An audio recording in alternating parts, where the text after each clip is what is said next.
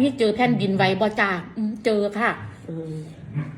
เจอแผ่นดินไหวเราซื้อมาทำโยโกเดี๋ยววุ้นจะทุกคนเข้าไปดู แต่งหนาอยู่แต่งหนาอยู่ในห้องน้ำเดี๋ยววุ้นจะลงไล่นึกว่ามันเจ้าของเวียนหัวนึกว่าตัวเองเนี่ยเวียนหัวนึกว่าเจ้าของสิเป็นสารบาดกูเป็นอีหยังกูเป็นอีหยังจับห้องน้ำเชื่อจับห้องน้ำมันเวียนหัวมันโยกจากกูเป็นอีหยังกูเป็นคอยจับมีในห้องน้ำน่ะมันเวียนก็ยังกูจะเป็นล้มพระพุทธพระธรรมพระสงฆ์ลูกเป็นอีหยังกูตายครับกูตายแท้เมื่อกูเป็นอีหยังคอยว่ามันคอยเสียตายอยู่ทั้งห้องน้ำคอยคิดว่าคอยเนี่ยจะเป็นล้มตายค่ะคอยบ่รู้เรียงวันนี้คอยย่างลงมาลงบ้านนี่แหละน้องมันบอกว่ายายนี่แผ่นดินไหวเขาเห็นโคมไฟมันโยก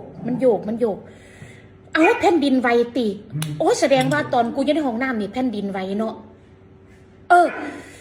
วันนี้ข่อยจะไปฮับลูกนะข่อยจะไปฮับน้องหนูนะ